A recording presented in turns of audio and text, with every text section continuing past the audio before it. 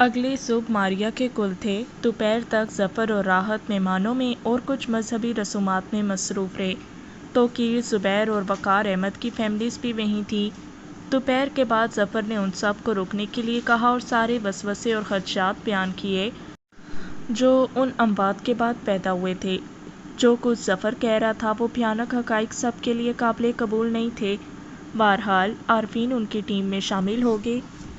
تقریباً 4 بجے وہ لوگ اپنے گھروں کو لوٹ گئے، مگر توقیر اور رخسانہ حوریہ ظفر کے گھر ہی تھے۔ آدھے گھنٹے کے بعد توقیر، رخسانہ اور حوریہ کے ساتھ ظفر اس گاؤں کے لیے روانہ ہو گئے جہاں اس بزرگ کی حویلی تھی۔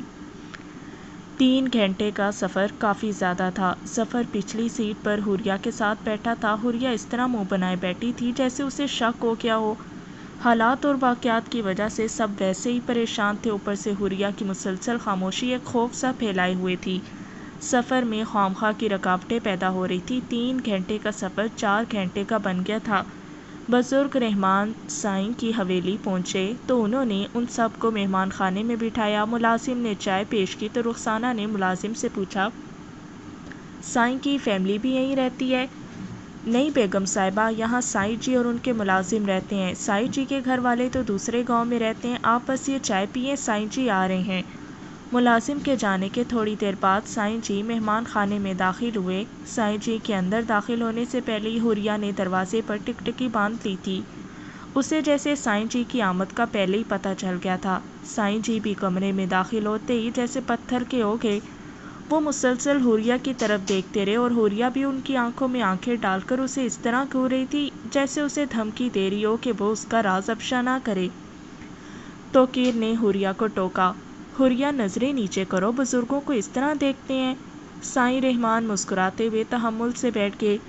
اسے کچھ مت کہیں، یہ آپ کی تابع ہے۔ ظفر نے اور رخسانہ نے سائیں کو سلام کیا اور پھر اپنے آپ کو موقف بیان کیا۔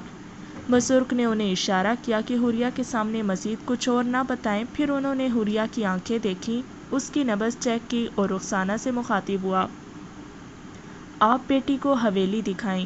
رخسانہ سمجھ گئی کہ سائیں ظفر اور توقیر سے اکیلے میں بات کرنا چاہتے ہیں۔ وہ حوریہ کو لے کر باہر چلی گئی۔ سائیں توقیر سے مخاطب ہوا، اب آپ مجھے سب تفصیل سے بتائیں۔ توقیر نے سب کچھ سائیں کو بتایا۔ سائیں ساری صورتحال جان کر پریشان ہو گئے۔ میں حوریہ کو دیکھ کر کچھ باتیں تو جان گیا ہوں، لیکن ابھی میں آپ سے کچھ نہیں کہوں گا۔ آپ مجھے حوریہ کی تاریخ پیدائش لکھوا دیں، میں اس کا حساب نکال لوں تو پھر میں خود آپ لوگوں سے رابطہ کروں گا۔ آپ سب بہت بڑی مصیبت میں گھر گئے ہیں۔ بہت اچھا کیا جو میرے پاس آ گئے، مجھ سے جو کچھ ہو سکا میں کروں گا۔ یہ کہہ کر اس نے مٹی کی ہانڈی سے کچھ تعویذ نکالے اور وہ تعویذ ظفر کے ہاتھ میں دے دیے۔ میں آپ کو ایک مشورہ دوں، آپ سب دوست اپنی فیملی سمیت ایک ہی جگہ ٹھہر جائیں۔ یہ تعویذ پانی میں بھگو کر گھر کے سارے کونوں میں چھڑک دیں۔ خدا کے فضل سے جو بھی ملا ہے وہ اس گھر میں آپ کو نقصان نہیں پہنچائے گا۔ جب تک کوئی واضح حقیقت سامنے نہیں آ جاتی آپ لوگوں کو ایک ہی جگہ رہنا چاہیے۔ آج رات حوریہ کا حساب نکال کر میں کل خود آپ کے گھر آؤں گا، آپ مجھے اپنا گھر سمجھا دیں۔ ظفر نے بزرگ کو اپنا گھر سمجھا دیا اور پھر وہ لوگ وہاں سے روانہ ہو گئے۔ اگلے روز توقیر اور رخسانہ حوریہ کے ساتھ ظفر کے گھر پر ہی تھے۔ حوریہ اندر لیونگ روم میں بیٹھی تھی۔ ظفر نے توقیر اور رخسانہ کو باہر لان میں بیٹھنے کے لیے کہا۔ ابھی صبح کے 9 بج رہے تھے۔ باہر بیٹھنے کے بعد رخسانہ نے پیچھے کی طرف دیکھا کہ کہیں حوریہ ان کے پیچھے باہر تو نہیں آ رہی۔ پھر اس نے ظفر سے بات شروع کی، ظفر بھائی، رات تو ہم آپ کے گھر اس لیے ٹھہر گئے تھے کہ سفر میں دیر ہو گئی تھی، مگر اب ہمیں چلنا چاہیے۔ بزرگ کی یہ بات ہمارے لیے ناممکن ہے کہ ہم سب اپنے گھر چھوڑ کر ایک ہی جگہ پر رہیں۔ مگر بھابھی، اس بزرگ نے کوئی ایسی بات محسوس کی ہوگی تبھی تو ایسا کہا ہے۔ یہ ضروری ہے کہ ہم کسی بڑی مصیبت میں گرفتار ہوں تو ہی ہو، ہم احتیاط تو کر سکتے ہیں۔ توقیر، جو خاموشی سے ظفر کی بات سن رہا تھا، رخسانہ کی طرف متوجہ ہوا، ہم یہ بھی کر سکتے ہیں کہ ظفر اور ہم لوگ اور زبیر اور وقار احمد کی فیملی ایک ساتھ رہ لیں۔ رخسانہ نے نفی کے انداز میں سر ہلایا، کوئی تمہاری بات نہیں مانے گی، کس بنا پر کوئی یہ فیصلہ لے گا کہ صرف ایک وہم کی بنیاد پر؟ ظفر نے ہاتھ سے بحث کو ختم کرنے کا اشارہ کیا، یہ فیصلہ ہم بعد میں کر لیں گے، ابھی تو میں سائیں رحمان کو اپنے گھر آنے کے لیے کہہ چکا ہوں، جب تک وہ نہیں آتے آپ لوگ یہیں ٹھہریں، دوپہر تک باقی سب بھی آ رہے ہیں، ایک بار بزرگ کی بات سن لیں پھر آگے کا سوچیں گے۔ رخسانہ کی آنکھوں میں نمی تیرنے لگی۔ وہ بزرگ میری حوریہ کو کوئی نقصان تو نہیں پہنچائیں گے؟ ظفر نے اسے تسلی دی۔ وہ صرف حوریہ سے بات کریں گے، ڈرنے کی ضرورت نہیں ہے۔ توقیر خاموشی کی گہری سوچ میں گم تھا۔ تم کیا سوچ رہے ہو؟ ظفر نے توقیر سے پوچھا۔ ویسے یہ عجیب بات ہے، سائیں نے یہ کیوں کہا کہ فواد اور خیام کے گھر والے بھی موجود ہوں؟ عامر تو ایسے کاموں میں تنہائی چاہتے ہیں اور حوریہ بھی شاید پسند نہ کرے۔ توقیر نے کہا، اس میں اتنا سوچنے والی کیا بات ہے؟ وہ جو کچھ پوچھنا چاہتے ہوں گے اس کا تعلق بیشا فواد اور خیام سے بھی ہوگا، شاید ان کے بارے میں ہمیں علم ہو جائے گا۔ ویسے بھی جب بزرگ چاہیں گے تو ہی ہم ان کے پاس جائیں گے۔ توقیر جلدی سے بولا، رخسانہ اور میں حوریہ کے پاس ہی رہیں گے۔ ہاں تم لوگ حوریہ کے پاس ہی رہنا، ظفر نے توقیر کو تسلی دی۔ دوپہر تک ان کے دوسرے دوست اور ان کی فیملیز بھی آ گئیں۔ تقریباً 4 بجے تک قرآن خوانی ہوتی رہی۔ 5 بجے کے قریب سائیں جی کے خاص بندے کا فون آیا کہ سائیں جی تقریباً 7 بجے کے قریب آپ کے گھر پہنچ جائیں گے۔ ظفر کو یہ جان کر تسلی ہوگی کہ سائیں جی کے آنے تک خاص دوستوں کے علاوہ باقی سب لوگ جا چکے ہوں گے۔ ظفر کے گھر ایک بڑا سانحہ ہوا تھا۔ وہ خود ابھی تک اس صدمے سے باہر نہیں آ سکا تھا، مگر ان کی چھٹی حس انہیں اشارہ کر رہی تھی کہ خطرہ ان کے سروں پر منڈلا رہا ہے، اس لیے وہ اس خطرے سے نبرد آزما ہونے کی تیاری کرنے لگے تھے۔ سورہ یاسین الماری میں رکھنے کے بعد رخسانہ بجھی سی توقیر کے پاس آ بیٹھی۔ حوریہ نے صبح سے کچھ نہیں کھایا، بس گمسم سی بیٹھی ہے، یہی کہتی ہے کہ مجھے بھوک نہیں ہے، نہ ہاتھ منہ دھویا ہے، نہ بال سنوارے ہیں، عجیب سی حالت بنائی ہوئی ہے۔ کوئی جوس وغیرہ دے دو یا پھل دے دو، توقیر نے کہا۔ جوس بھی لے کے گئی تھی اور پھل بھی کمرے میں رکھ دی ہیں، مگر وہ کچھ نہیں لے رہی، آپ جائیں شاید وہ آپ کی بات مان لے۔ توقیر اندر کمرے میں حوریہ کے پاس گیا، وہ واقعی عجیب سی حالت میں دیوار سے سر ٹکائے بیٹھی تھی۔ توقیر اس کے قریب بیٹھ گیا۔ کیا بات ہے حوریہ، اپنا کیا حال بنا رکھا ہے؟ حوریہ نے غصیلی نظروں سے توقیر کی طرف دیکھا۔ آپ لوگ مجھ سے جھوٹی ہمدردیاں نہ کیا کریں۔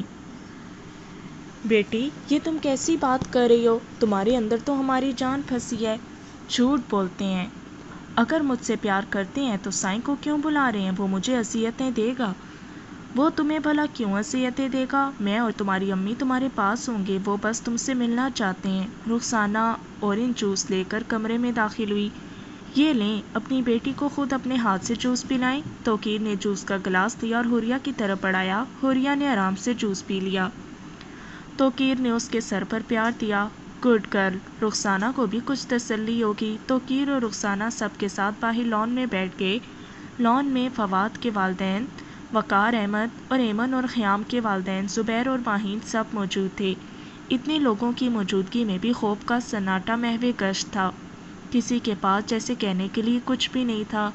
جن کے ذہنوں میں بے شمار سوالات تھے مگر ان کے جواب کسی کے پاس نہیں تھے۔ سب کے من کو ایک کھٹکا لگا تھا، جیسے کچھ ہونے والا ہے۔ کچھ دیر کے بعد ملازم نے ظفر کو بتایا کہ باہر کوئی بزرگ آئے ہیں۔ ظفر نے ملازم سے انہیں اندر بلانے کو کہا۔ سائیں رحمان اپنے 2 مریدوں کے ساتھ گھر میں داخل ہوئے۔ ظفر نے انہیں باہر لان میں ہی بٹھایا۔ اس نے گھنے درختوں والی سائڈ کی طرف ایک چارپائی بچھا دی۔ انہوں نے ان کی خاطر تواضع کرنی چاہی تو انہوں نے ہر چیز سے منع کر دیا، صرف سادہ پانی مانگا، اور بہت جلد ہی وہ اصل بات کی طرف آ گئے۔ مجھے حوریہ سے ملنا ہے۔ توقیر اور رخسانہ سائیں کے قریب ہو کے بیٹھ گئے۔ سائیں جی، آپ نے حوریہ کا حساب نکالا تھا، کوئی پریشانی کی بات تو نہیں ہے؟ سائیں نے تشویش بھری نظروں سے رخسانہ کی طرف دیکھا۔ آپ مجھے بتائیں کہ آپ نے حوریہ کی تاریخ پیدائش اور دوسری معلومات درست دی تھیں؟ جی سائیں، اس میں کوئی قباحت نہیں تھی، توقیر نے کہا۔ بزرگ نے تاسفانہ انداز میں نگاہیں جھکا لیں۔ میرے حساب کے مطابق تو حوریہ کو مرے 1 سال ہو گیا ہے۔ رخسانہ تڑپ کر رہ گئی، جیسے کسی نے اس کے سینے میں خنجر گھونپ دیا ہو۔ آپ کیسی باتیں کر رہے ہیں؟ بزرگ کی اس بات سے سب چونکے۔ ساحل بزرگ کے قریب آیا اور حیرت سے پوچھنے لگا، جو حوریہ ہمارے ساتھ رہ رہی ہے وہ کون ہے؟ میں اسی کا تو پتہ لگانے آیا ہوں۔ توقیر اشتعال انگیزی میں اپنی جگہ پر کھڑا ہو گیا۔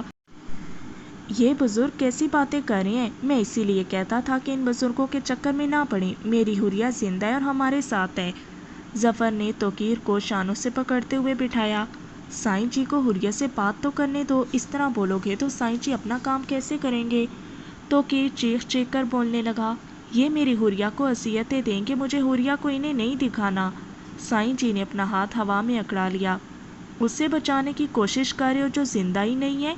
ظفر نے توقیر کو سمجھایا اور زبیر اور ماہین نے رخسانہ کو سمجھایا اور انہیں بامشکل آمادہ کیا کہ سائیں جی کو حریہ سے بات کرنے دیں۔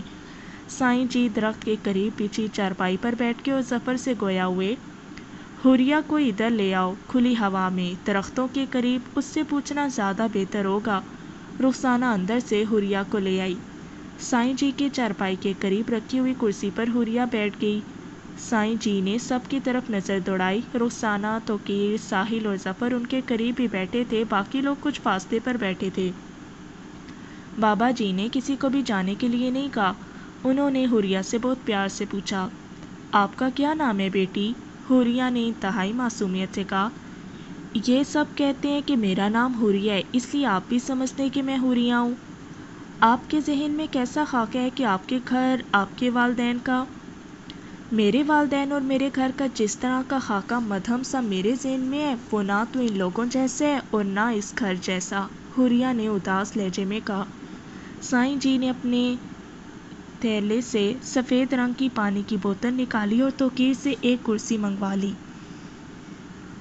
توقیر کرسی لے آیا، سائیں جی نے وہ کرسی حریہ کے کرسی کے قریب رکھی اور پانی کی بوتل لے کر حریہ کے پاس بیٹھ گیا۔ میں جو پڑھ رہا ہوں اسے غور سے سنو، یہ کہہ کر سائیں جی نے سورہ بقرہ کی آیت پڑھنا شروع کی۔ وہ بوتل کو اپنے منہ کے قریب لے جا کے اس طرح آیتیں پڑھ رہے تھے کہ آواز سے بوتل کے پانی میں ارتعاش پیدا ہو رہا تھا۔ حریہ سکتے کسی کیفیت میں آیتیں سنتی رہی، پھر اس نے آنکھیں بند کر لیں۔ سائیں نے لمحہ بھر کے لیے پڑھنا چھوڑا اور توقیر سے کہنے لگا، دو خواتین حریہ کے قریب کھڑی ہو جائیں۔ رخسانہ اور ایمن حریہ کی کرسی کے قریب کھڑی ہو گئی۔ سائیں جی نے پھر دوبارہ اسی انداز میں پڑھنا شروع کر دیا۔ رخسانہ کی نظر حریہ کے بازوں پر پڑی، بوتل کے پانی جیسی تھرتھراہٹ اس کے جسم میں بھی تھی، اس کے بازوں کی جلد اس طرح کانپ رہی تھی کہ رخسانہ نے خوفزدہ ہوتے ہوئے ایمن کی طرف دیکھا۔ ایمن نے اس سے خاموش رہنے کا اشارہ کیا۔ رفتہ رفتہ حریہ کے پورے جسم میں تھرتھراہٹ محسوس ہونے لگی، مگر اس نے آنکھیں نہیں کھولیں۔ پھر اس کا جسم کرسی پر سے پھسلتا ہوا زمین کی طرف ڈھیر ہونے لگا۔ رخسانہ آگے بڑھ کر حریہ کو پکڑنے لگی تو سائیں نے ہاتھ سے اشارہ کیا کہ اسے ابھی کوئی ہاتھ نہ لگائے۔ وہ مسلسل اونچی آواز میں سورہ بقرہ کی آیتیں پڑھتے رہے۔ اسی دوران انہوں نے اپنے مرید کو کچھ اشارہ کیا۔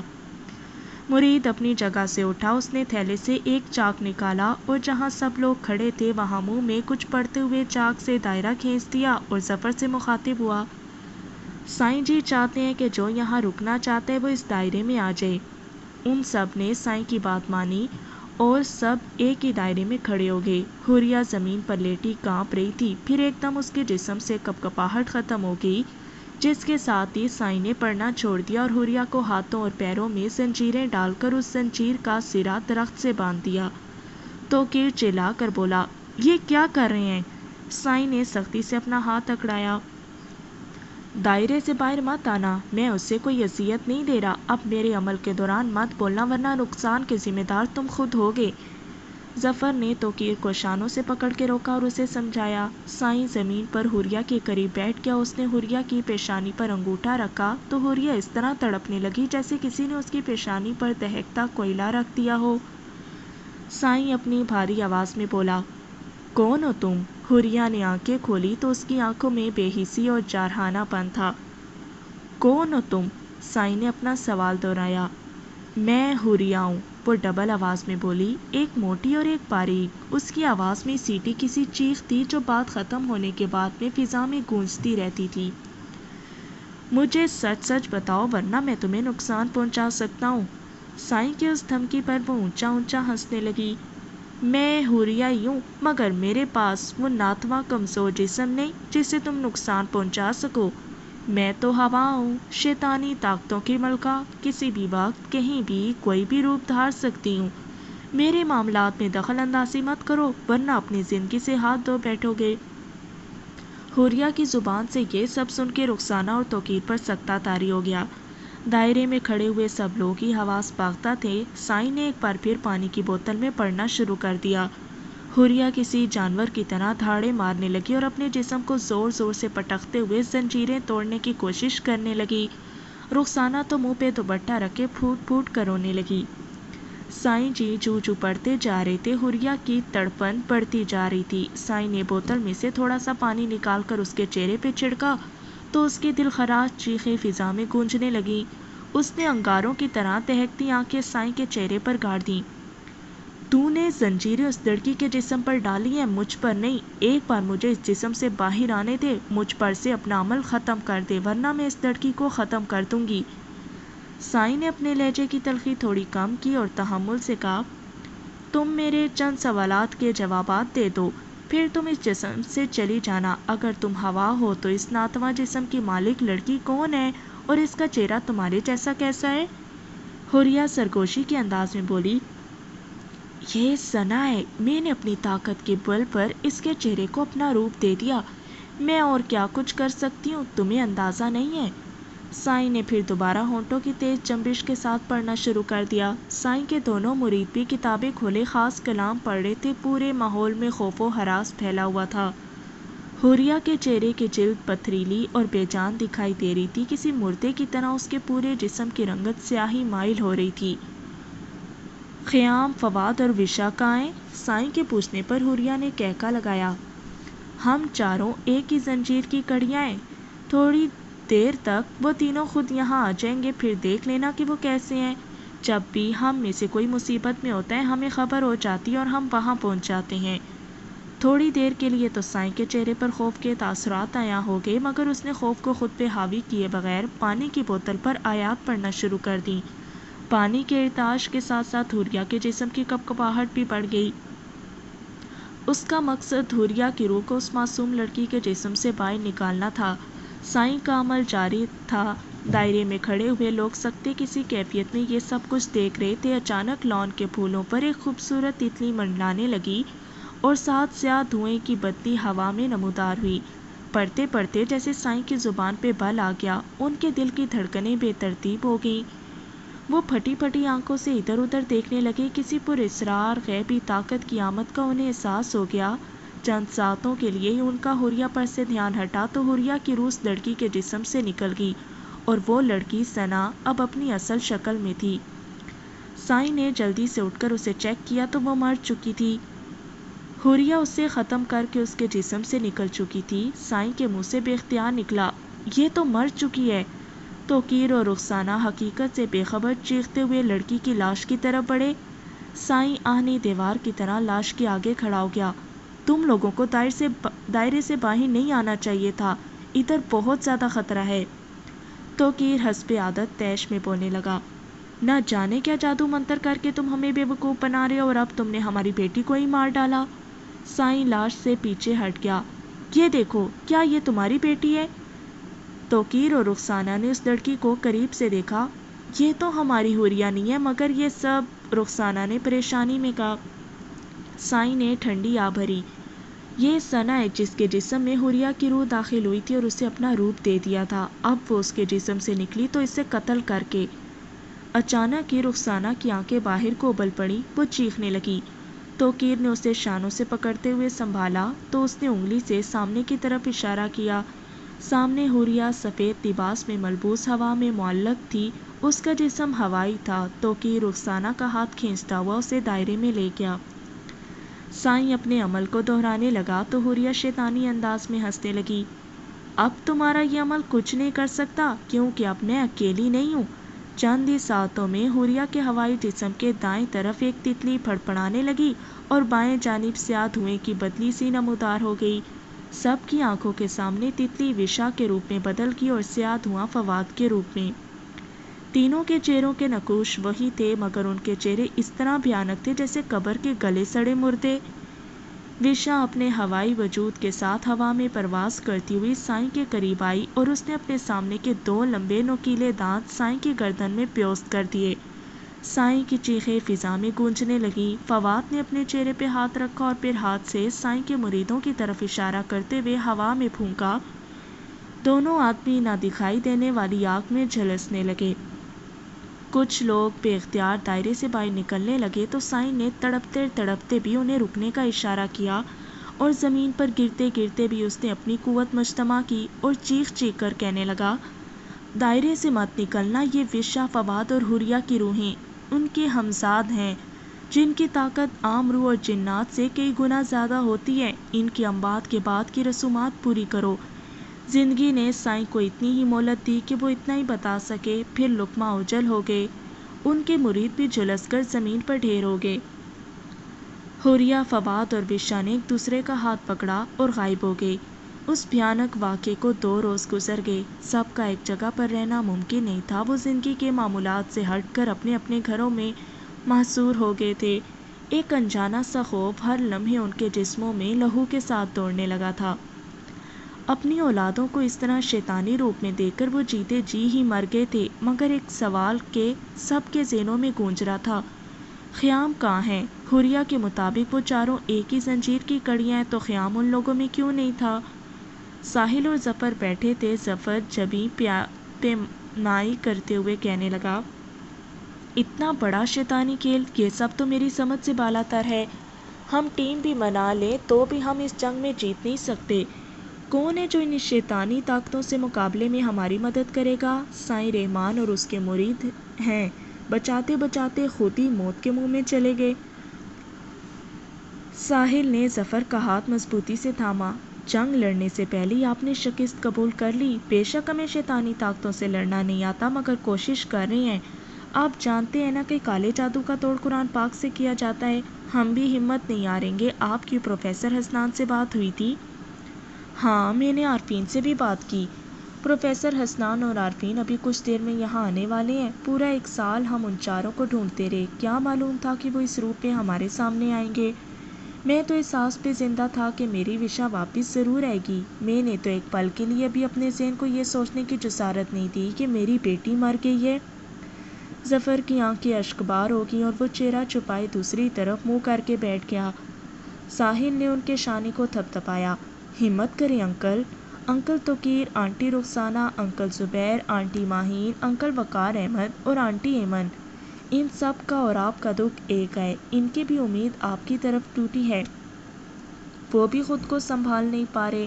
مجھے تو اس بات کا شک اسی روز سے ہو گیا تھا جب آنٹی ماریا کا قتل ہوا کہ وشا اور اس تتلی کا کوئی تعلق ہے، مگر میرا ذہن اس محیر العقول سچ کو ماننے کے لیے تیار نہیں تھا کہ وہ تتلی وشا کا ہی روپ ہے۔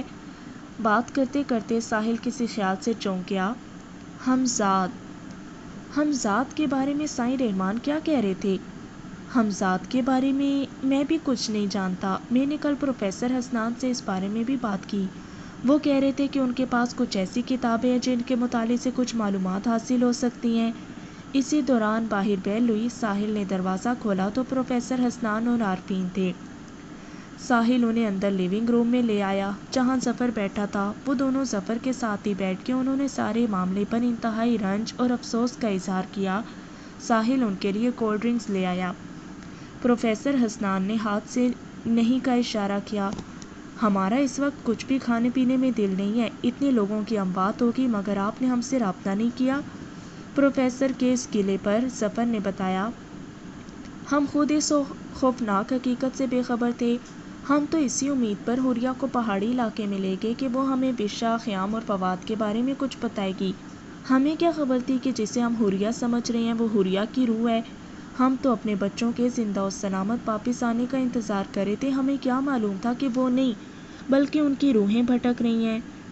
ایک بار پھر اس کی آنکھوں میں نمی تیرنے لگی۔ پروفیسر حسنان نے ظفر کے ہاتھ پر اپنا ہاتھ رکھا، ہمت رکھو، یہ دکھ صرف تمہارے ساتھ نہیں، خیام، فواد اور حریہ کے والدین بھی اسی کیفیت سے دوچار ہیں، مگر اس وقت آپ اپنے اس دکھ کو نظر انداز کر کے یہ سوچیں کہ دوسرے لوگوں کی زندگیوں کو ہم ان شیاطین سے کیسے بچائیں۔ سائیں کے کہنے کے مطابق فواد، حریہ اور وشا جنہیں تم لوگوں نے دیکھا ہے، اصل میں وہ ان کے ہمزاد ہیں، اور یہ معمولی بات نہیں، کسی بڑے عامل نے ان کے مردہ جسموں سے ان کے ہمزاد مسخر کیے ہیں۔ وہ عامل جب چاہے جس طرح چاہے ہمزاد سے کام کروا سکتا ہے، جس طرح حریہ کے ہمزاد نے ثنا کے جسم میں داخل ہو کے حریہ کا روپ لے لیا، اسی طرح کسی بھی وقت یہ ہمزاد ہمیں دھوکہ دے سکتے ہیں۔ ہمارے جسم میں برائی کی ترغیب دینے والے جن ہمزاد کو موت کے بعد اگر کوئی عامل مسخر کر لے تو وہ ہمزاد سینکڑوں کی طاقت رکھتا ہے۔ اگر کسی عامل کا کنٹرول ہمزاد پر سے ختم ہو جائے تو وہ ہمزاد عاملوں کو بھی ختم کر دیتا ہے۔ آپ ہمیں کچھ تفصیل سے بتائیں ہمزاد کے بارے میں، ساحل نے بے چینی سے پوچھا۔ پروفیسر حسنان نے لمبا سانس کھینچا۔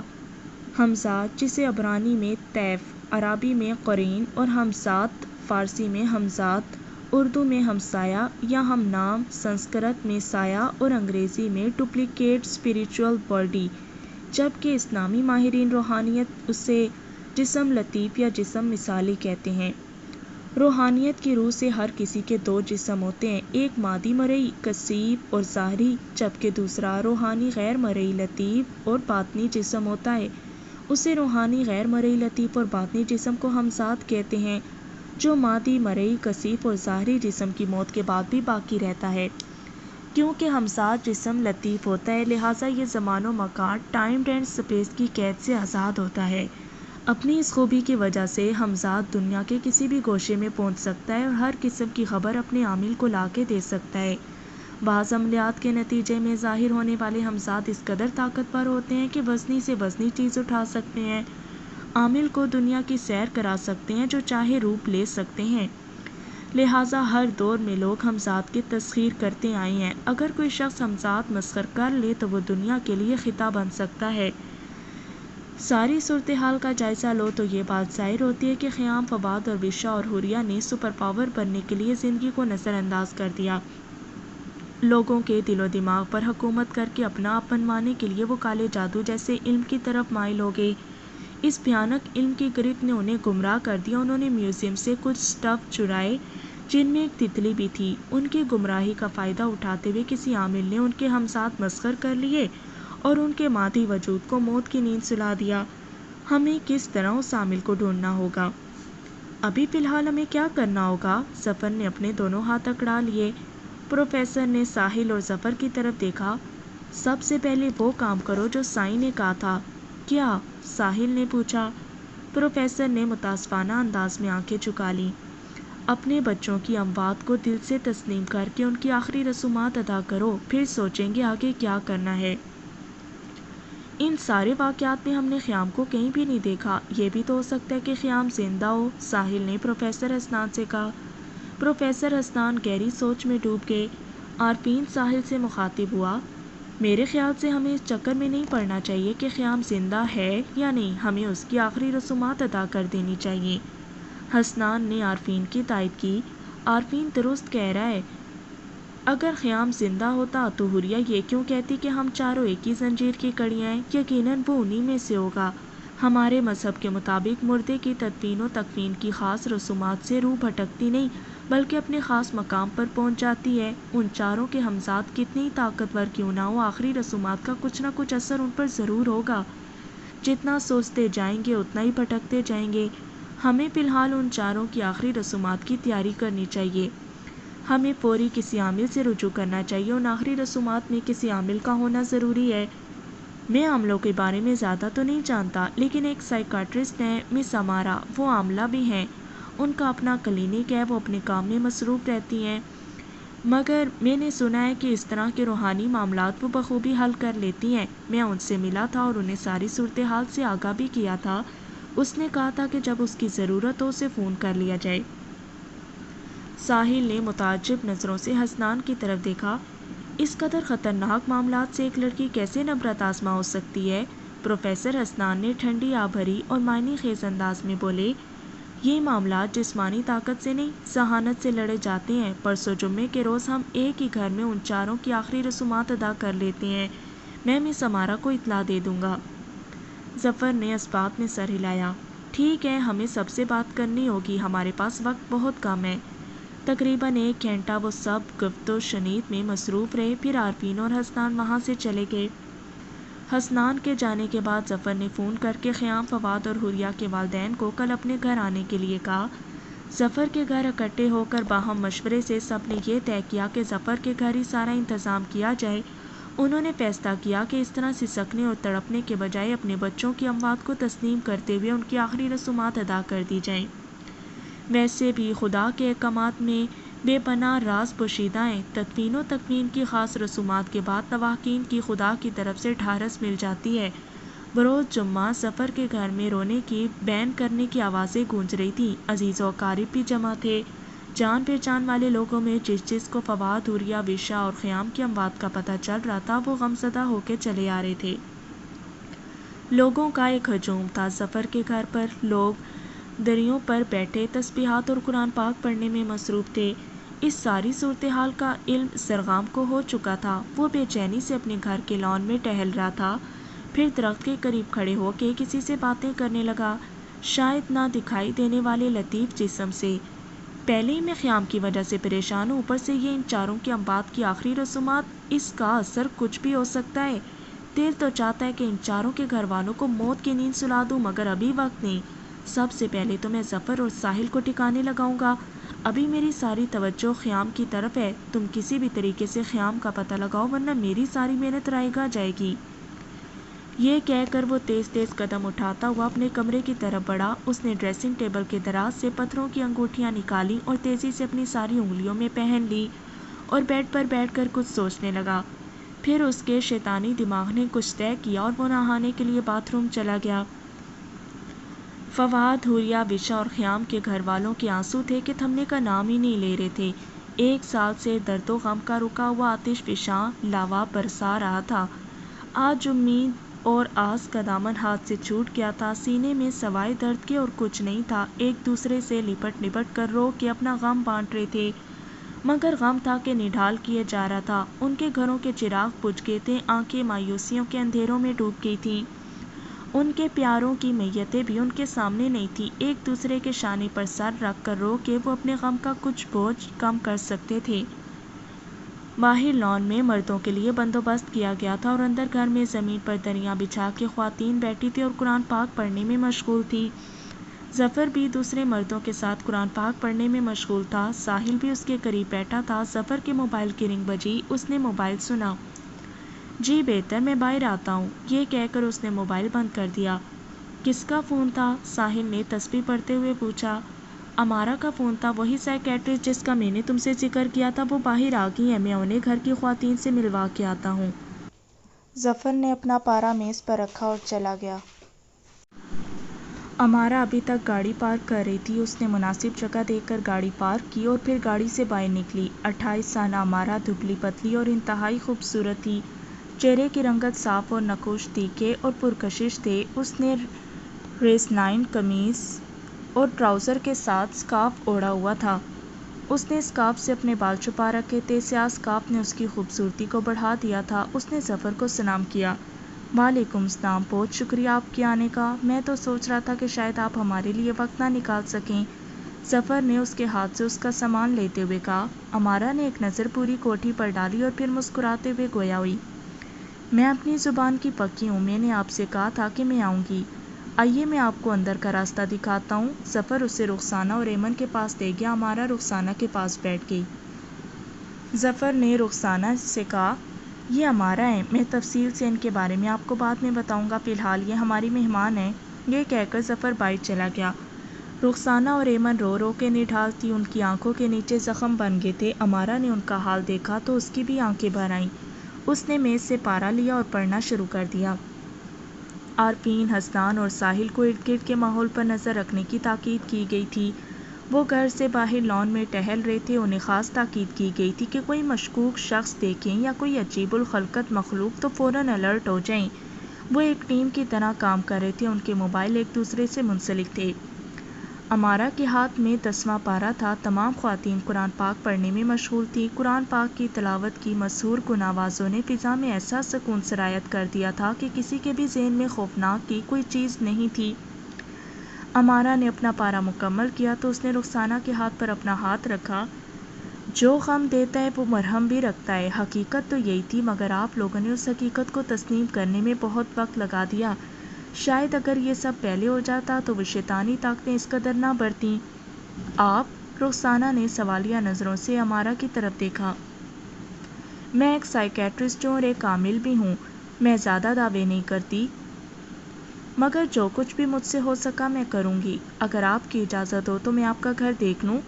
ہاں کیوں نہیں، میں بھی آپ کے ساتھ چلتی ہوں۔ رخسانہ اپنا پارا میز پر رکھ کر کھڑی ہو گئی۔ امارا نے اپنے بیگ سے چھوٹی سی کتاب اور تصویر نکالی۔ آپ مجھے صرف وشا کا کمرہ دکھا دیں، باقی میں خود دیکھ لوں گی۔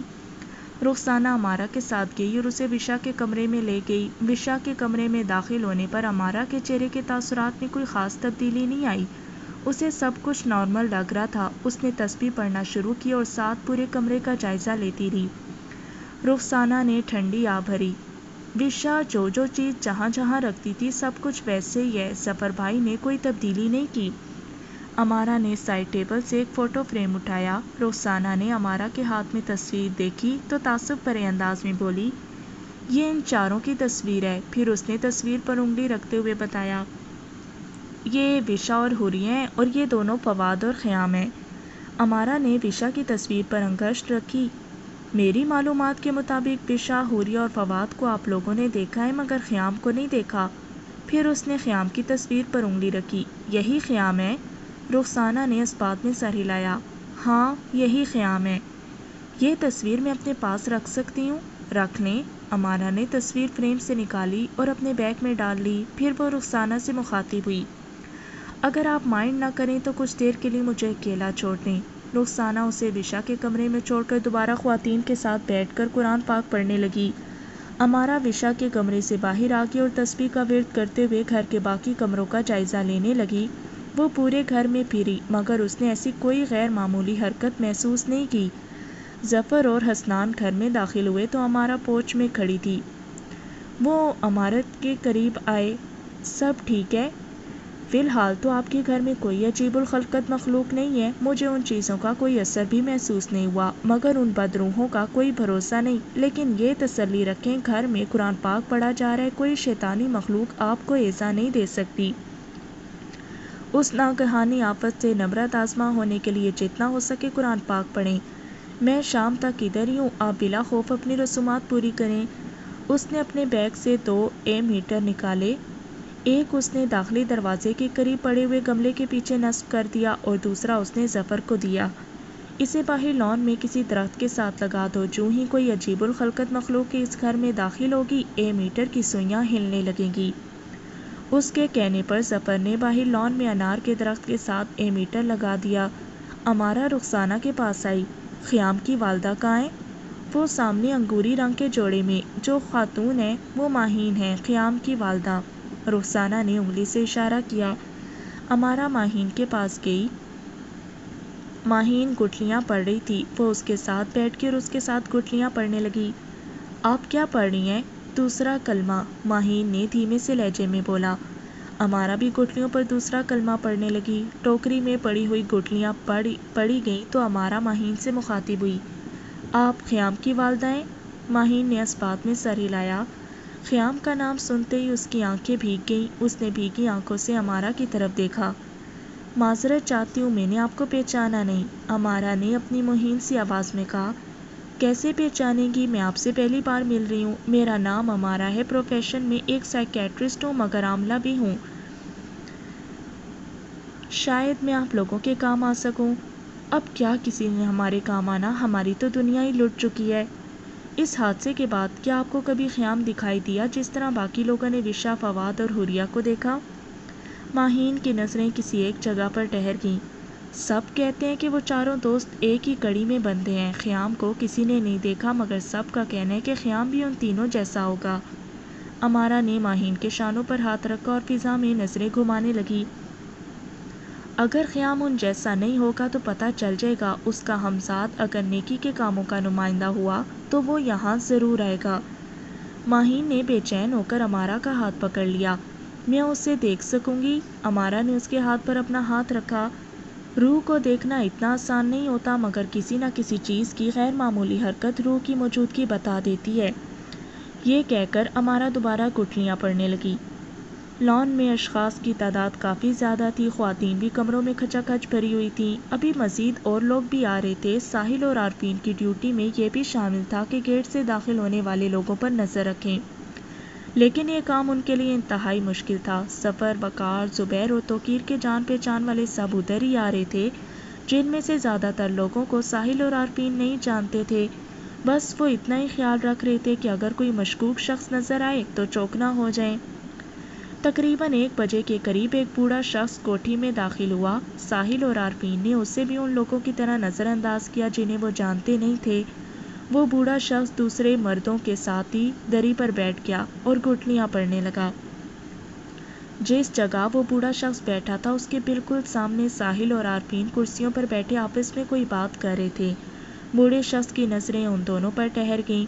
وہ اپنے دانے اٹھا رہا تھا اور پھینک رہا تھا، مگر اس کی زبان پہ کوئی لغزش نہیں تھی اور کچھ نہیں پڑھ رہا تھا، مگر اس کی آنکھوں میں عجیب سی بے چینی تھی۔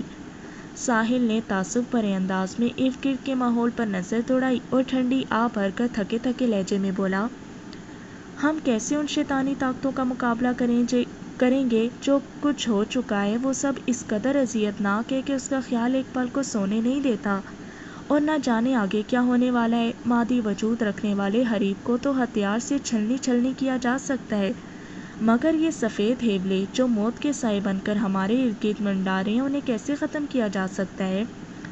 عارفین نے آسمان کی طرف دیکھا۔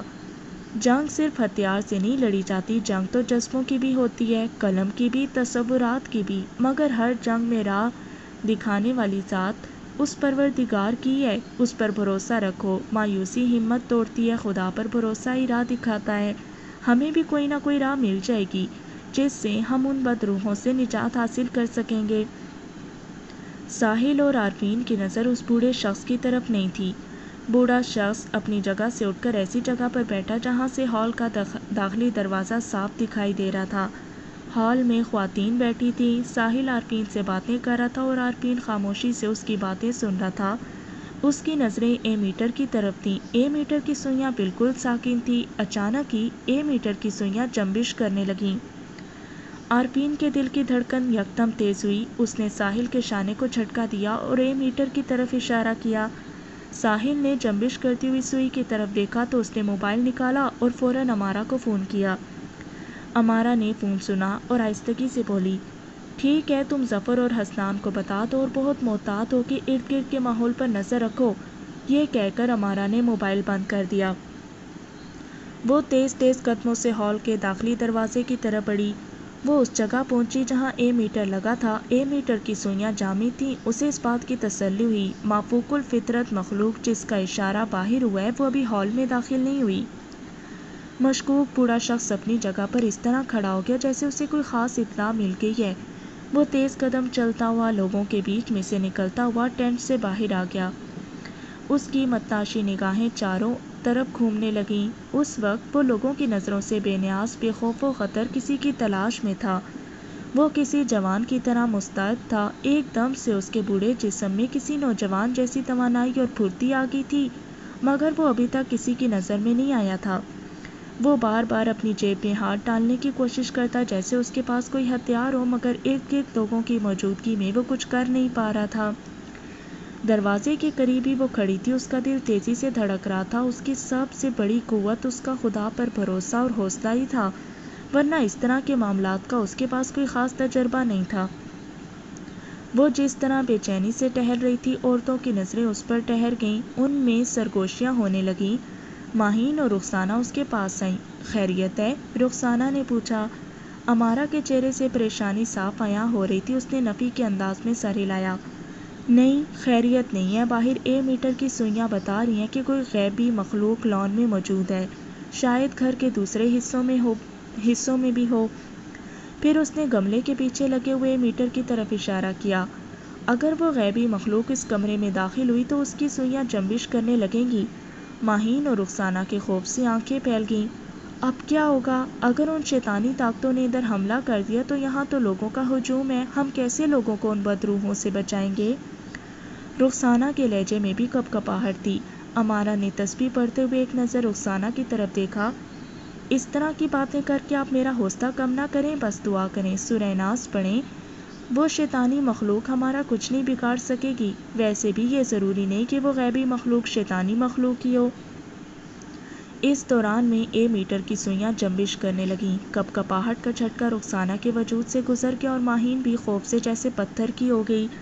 امارا نے فوراً ظفر کو فون کیا۔ چند ساعتوں میں ہی ظفر اور حسنان ہال میں پہنچ گئے۔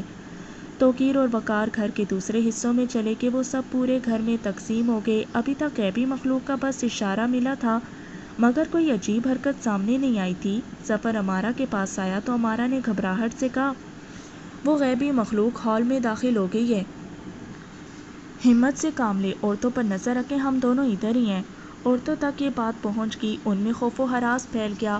بوڑھا شخص تیزی سے ہال کی طرف بڑھنے لگا تو ساحل کی نظر اس پر پڑ گئی۔ ساحل تیزی سے اس کی طرف بڑھا۔ بابا جی، آپ کہاں جا رہے ہیں؟ اندر میری بیوی ہے، اس سے بلانا تھا۔ آپ اپنی بیوی کا نام بتائیں، میں بلا لاتا ہوں۔ یہ کہتے ہی ساحل نے اسے قریب سے دیکھا تو اسے بوڑھے کا چہرہ مصنوعی سا لگا۔ اس نے بہت ہوشیاری سے اس کے چہرے پر چٹکی بھر دی۔ بوڑھے نے ساحل کا ہاتھ پیچھے کیا تو اس کے چہرے کا ماسک ساحل کے ہاتھ میں آ گیا۔ زرغام بے نقاب ہو گیا۔ زرغام برقی سرعت سے وہاں سے بھاگا۔ ساحل اس کے پیچھے بھاگنے لگا۔ زرغام لوگوں کو دھکیلتا ہوا گرتا ہوا آگے بڑھ رہا تھا۔ ساحل بھی لوگوں کو دھکیلتا ہوا اس کا تعاقب کر رہا تھا۔ لوگوں کے ہجوم کی وجہ سے ساحل کے لیے اسے پکڑنا مشکل تھا لیکن وہ ساحل کی نظروں سے دور نہیں گیا تھا۔ ساحل مسلسل اس کے پیچھے بھاگ رہا تھا۔